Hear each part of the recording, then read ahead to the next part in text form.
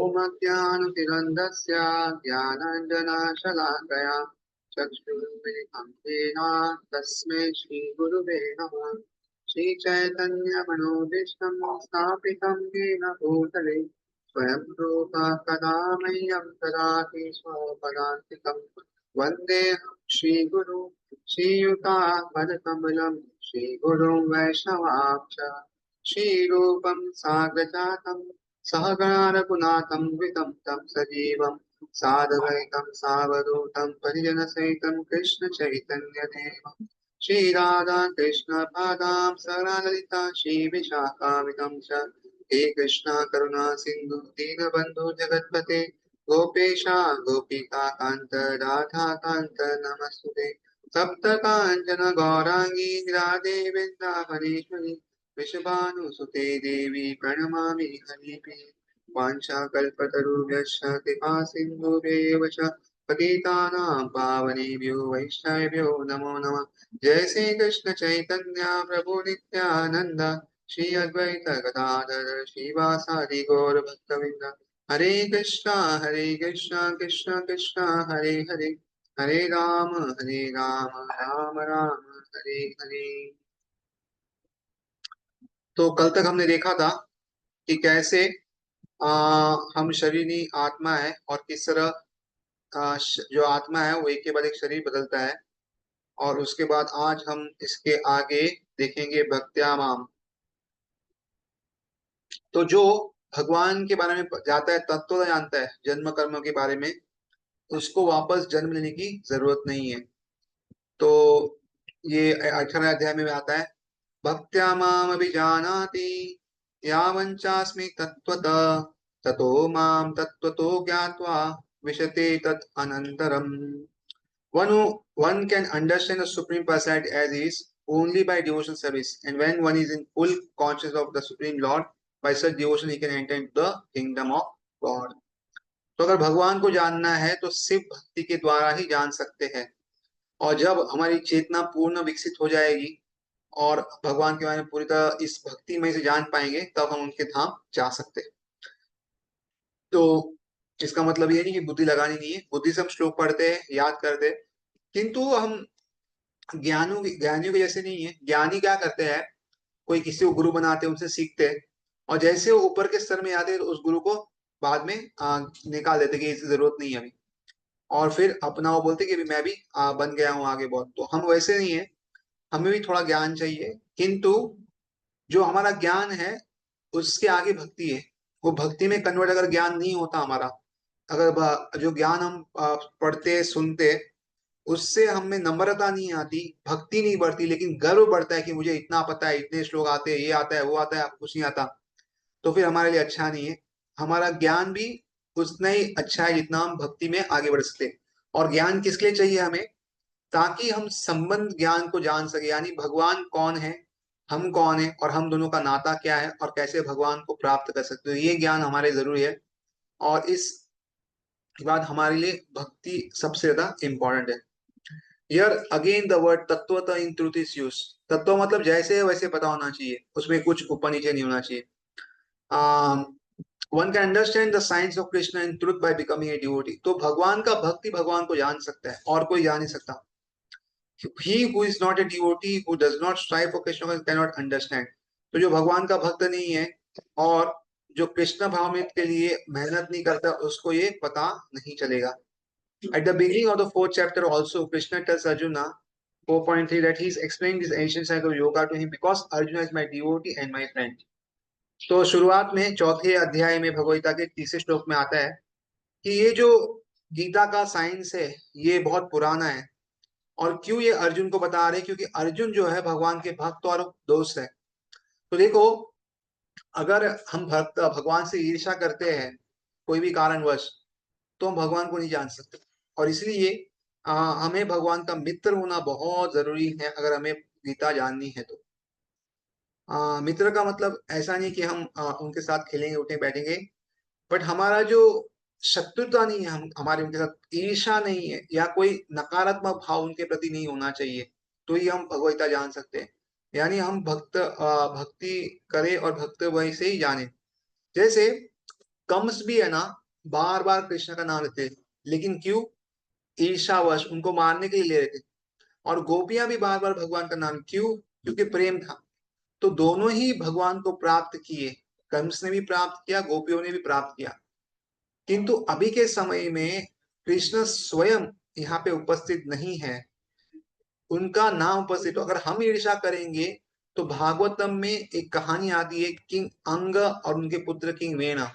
तो किंग वेणा जो थे वो भी भगवान से ईर्षा करते थे और उनको अलग अलग तरीके से संबोधन करते थे जो सही नहीं था। किंतु वो भगवत धाम नहीं गए, नरक गए। तो इसीलिए हम अगर भक्ति करना चाहते हैं तो अनुकूल भक्ति होनी चाहिए, जो भक्ति में हम भगवान की भक्ति करते करते आगे बढ़े, उसमें द्वेष ना हो, ये बहुत जरूरी है। For one who simply makes an academic study of Bhagavad Gita, the science of Krishna remains a mystery. Bhagavad Gita is not a book that one can just purchase from bookstore and understand by scholarship alone.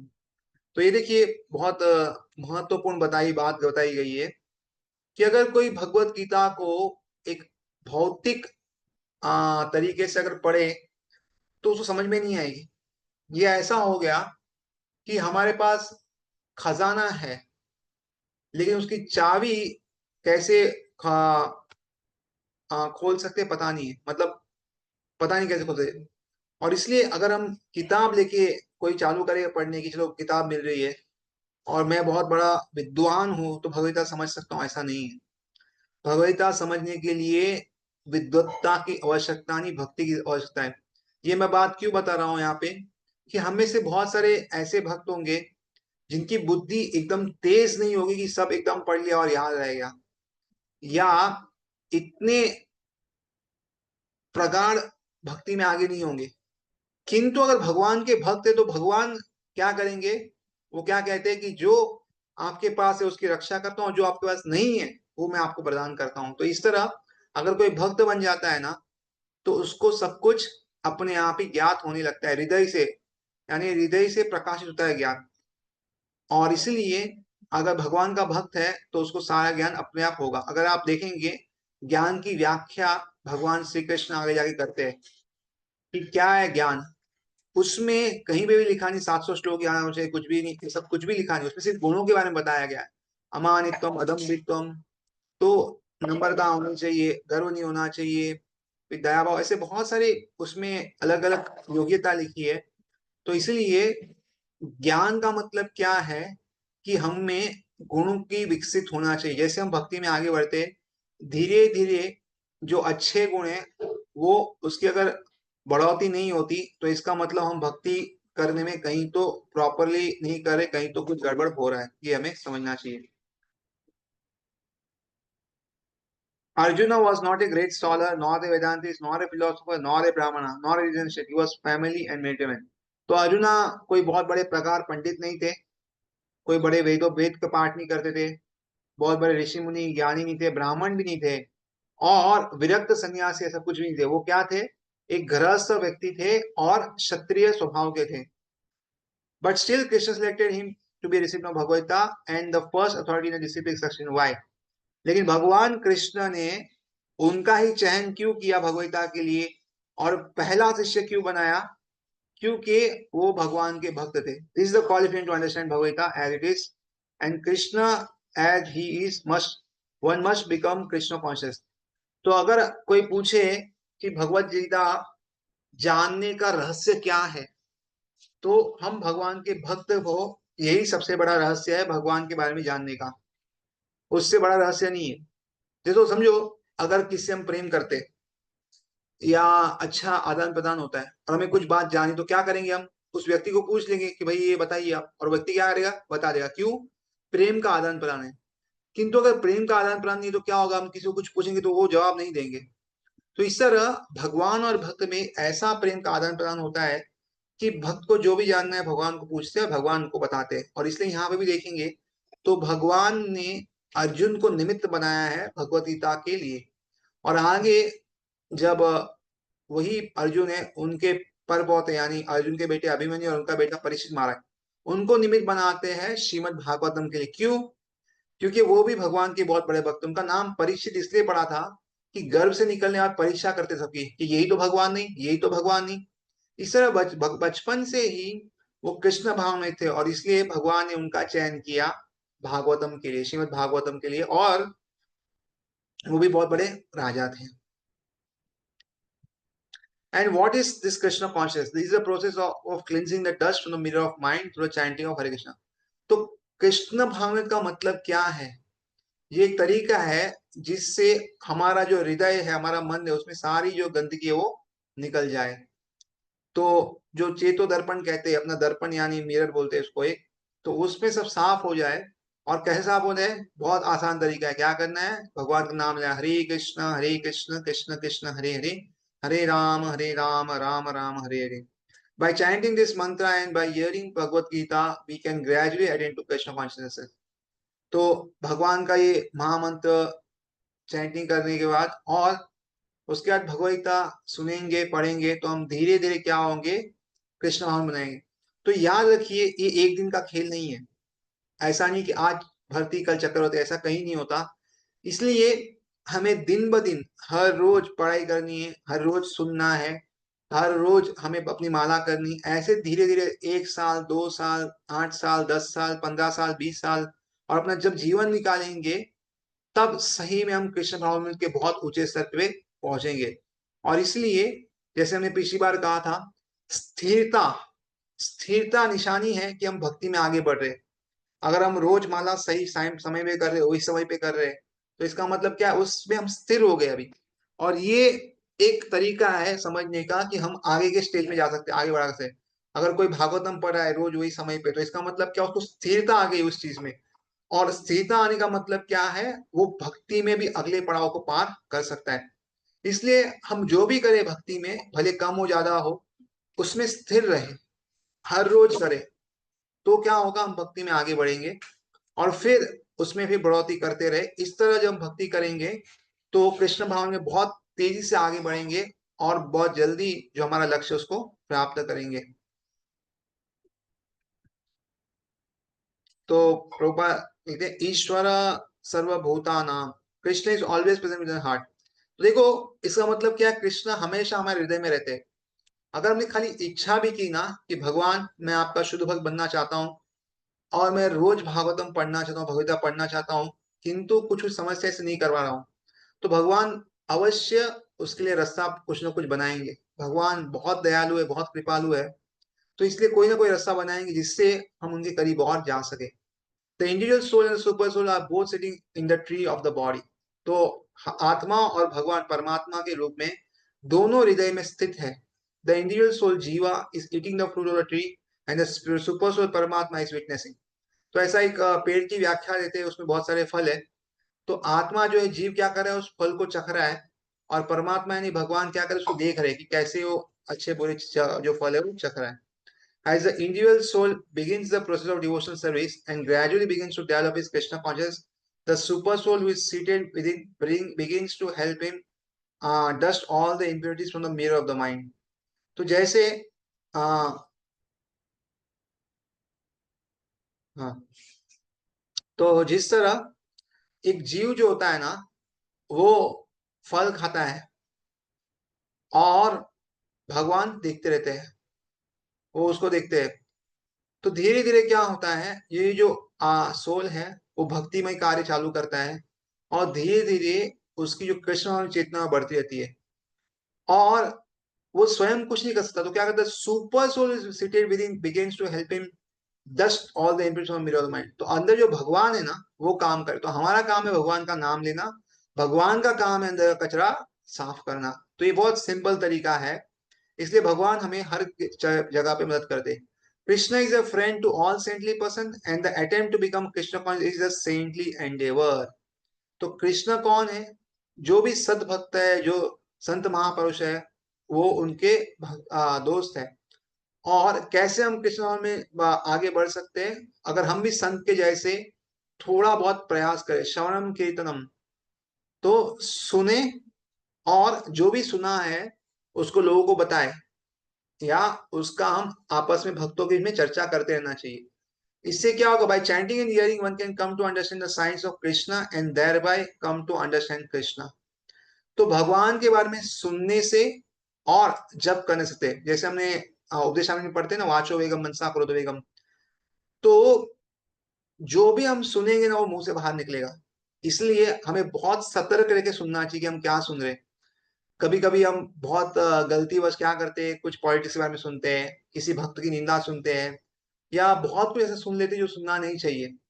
तो याद रखना, जो भी हम सुनेंगे ना वो मुंह से बाहर आएगा, कहीं अटकेगा नहीं, और हृदय को दूषित करेगा अगर वो प्रॉपर नहीं होगा। इसलिए क्या सुनना है ये हमें चयन करना चाहिए, और धीरे धीरे जो नकारात्मक चीजें हैं, जो द्वेषी चीजें, उसको सुनना धीरे से कम करना चाहिए अगर भक्ति में हमें आगे बढ़ना है। क्योंकि जो सुनेंगे उसका कीर्तन करेंगे। तो इसलिए अगर श्रवण किया होगा कोई व्यक्ति ने, तो उसका कीर्तन बहुत अच्छा होगा। अगर अच्छा कीर्तन होगा तो इसका मतलब क्या, उसका हृदय का शुद्धिकरण बहुत जल्दी होगा, भगवत धाम जाना आसान होगा। और इसलिए श्रवण किसका करना है, कब करना है, कैसे करना है, उसका हमें बहुत अच्छा ध्यान होना चाहिए।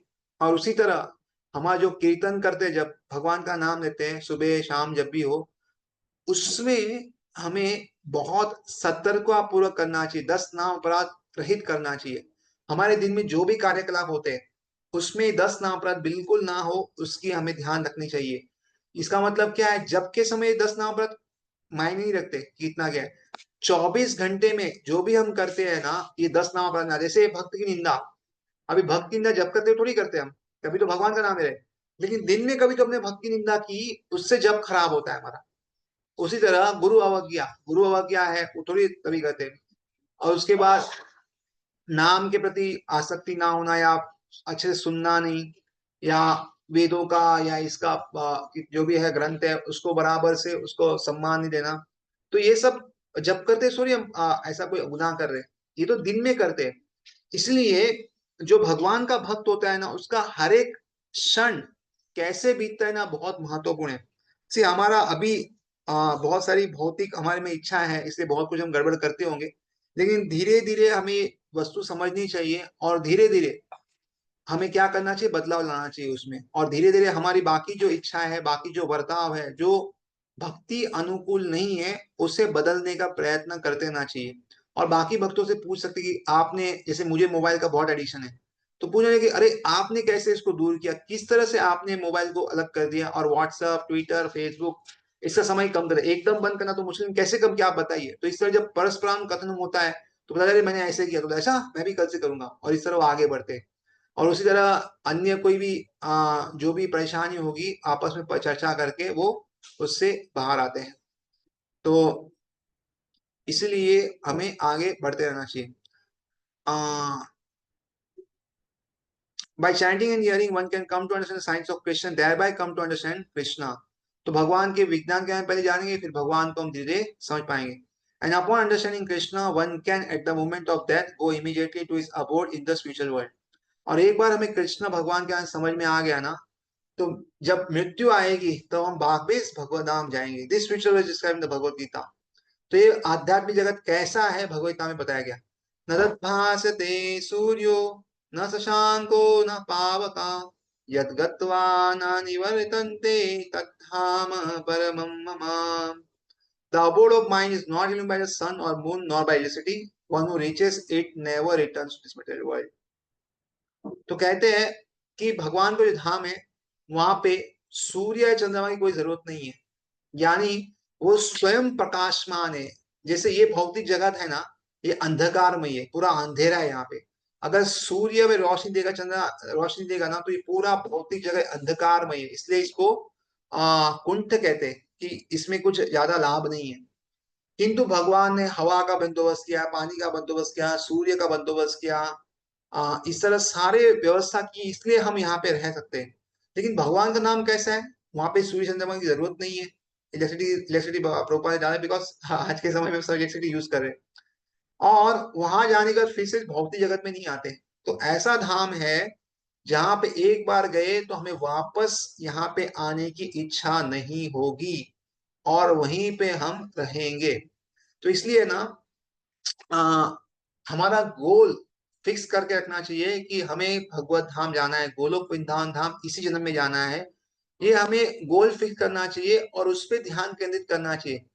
उससे क्या होगा, धीरे धीरे जो उसके अनुकूल नहीं होगा, उस लक्ष्य के अनुकूल नहीं होगा ना, उस चीजों को दूर करते जाएंगे। इसे सबसे पहले हमें अपने आप की अपने आप को चेतना में रखना है, चेतना लानी है, हम जो भी कर रहे हैं अवेयरनेस लानी है, हम क्या कर रहे हैं उस पे। मतलब कौन सी दिन में हम ऐसे कार्य कर रहे हैं जो भक्ति अनुकूल है और कौन से भक्ति प्रतिकूल है। धीरे धीरे भक्ति प्रतिकूल की जो वस्तु है वो कम करके अनुकूल जो वस्तु है वो बढ़ाते जानी है। और इस तरह आगे अगर बढ़ते जाएंगे तो क्या होगा, हम बहुत जल्दी भगवत धाम जा सकते हैं। The material is always dark, therefore requires sun, moon, and sea. The Vedas enjoy us not to remain in darkness but to transfer ourselves to the world of innovation. तो जैसे मैं बताया कि भौतिक जगत तो अंधकार है, और वेद क्या कहते हैं, इस अंधकार में मत रहो, लेकिन जहां पे इतना चमकता हुआ आध्यात्मिक जगह है वहां पे जाओ। The word darkness has a two-fold meaning. It not only means without light, but it means ignorance. तो अंधकार का मतलब ऐसा नहीं कि रोशनी नहीं है, इसका मतलब और भी है कि वहां पे तमोगुण में है, यानी ज्ञान नहीं है, लोगों को ज्यादा ज्ञान नहीं है। The Supreme Lord has manifold. It is not that he comes to this material world to perform activities.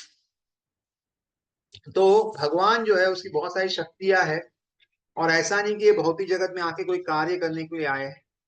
It is stated in the Vedas that Supreme Lord has nothing to do.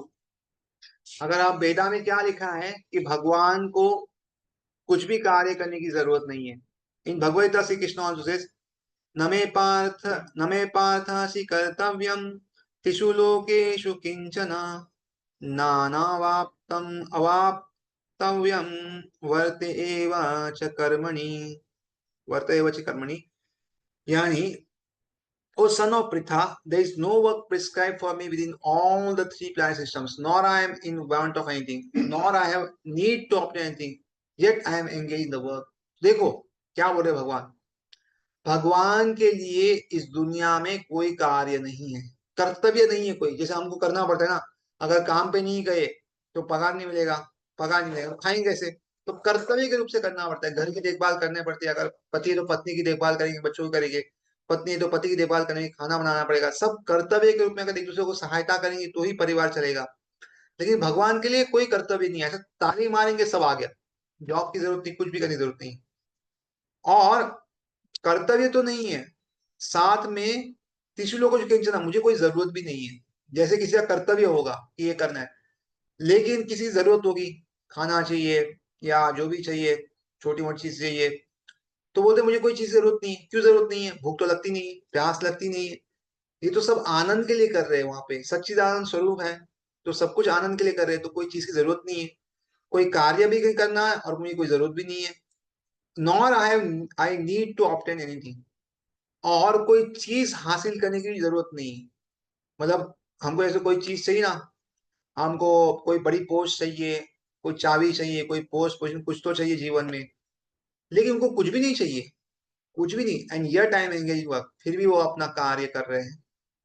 तो इसलिए हम जो भी कार्य करते हैं तभी भी ये ध्यान रखना चाहिए कि हम जहां तक हो सके हम सब भगवान और भक्तों के दास है, और दास के स्वरूप में कार्य करना चाहिए, फल की आशा रखें बिगर। इसका मतलब नहीं है कि कल से कोई काम करने जाएगा और सैलरी की इच्छा रखेगा नहीं। इसका मतलब सिर्फ इतना है कि आ, अगर हमें जो चाहिए वो नहीं मिला फिर भी संतुष्टि से कार्य करते रहेंगे आगे, और कर्तव्य समझ के उस कार्य करेंगे, और इस तरह हम आगे जिएंगे। इससे क्या होगा, जो भी हम काम कर रहे हैं उसका जो फल है, यानी एक होता है अच्छा फल या बुरा फल, वो दोनों नहीं मिलेगा, लेकिन हम हमारा जो जो भी काम है वो आध्यात्मिक हो जाएगा। तो इसका मतलब हम जॉब क्यों करते हैं, ताकि हम भक्ति अच्छे से कर सके। वो मेन पर्पस है जॉब करने का, क्योंकि अगर पगार मिलेगा तो फिर बाकी टेंशन नहीं है, टेंशन नहीं तो हम जब आराम से कर सकते हैं, नहीं तो जब के समय याद आएगा, अरे ये बिल भरना है, वो करना है, वो करना है। तो हमारा मेन उद्देश्य है कि भगवान की भक्ति किस तरह सबसे अच्छा कर सके, और इसलिए हमें उस पे ध्यान केंद्रित करना चाहिए। We should therefore not think that Krishna is required to descend upon this material and engage in so many activities. इसलिए हमें ये सोचना चाहिए कि भगवान यहाँ अवतरित होंगे और बहुत सारे कार्य करेंगे। No one is equal to or greater than Krishna and he has all knowledge naturally. तो भगवान से बढ़ के और भगवान जैसा इस दुनिया में कोई नहीं है, और इसलिए उनको सारा ज्ञान पहले से ही पता है। It is not that he has to undergo penance to acquire knowledge, और that he at any time has to receive knowledge or attain knowledge।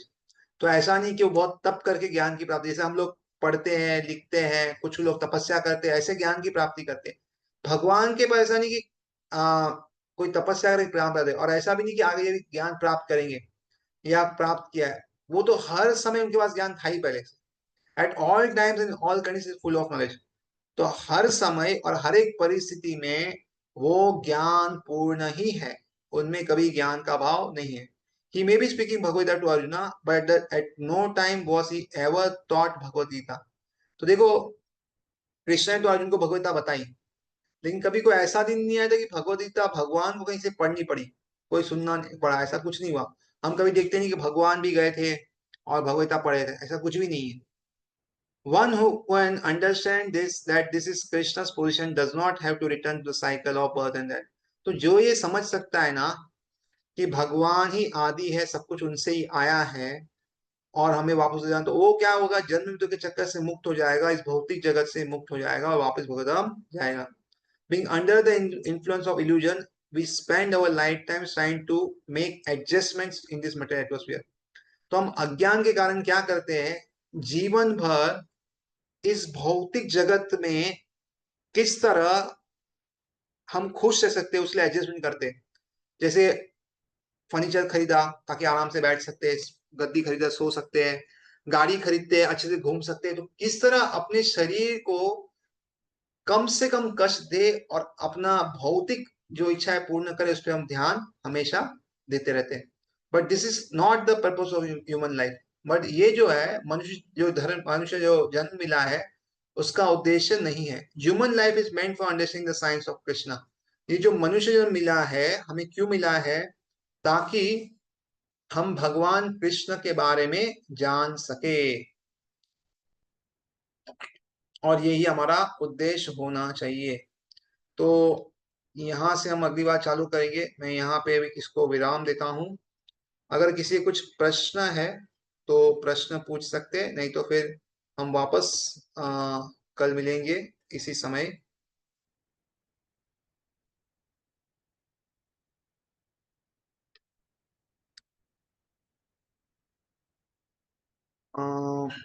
Yes, किसी को कुछ प्रश्न है, कुछ पूछना है, कुछ डाउट है?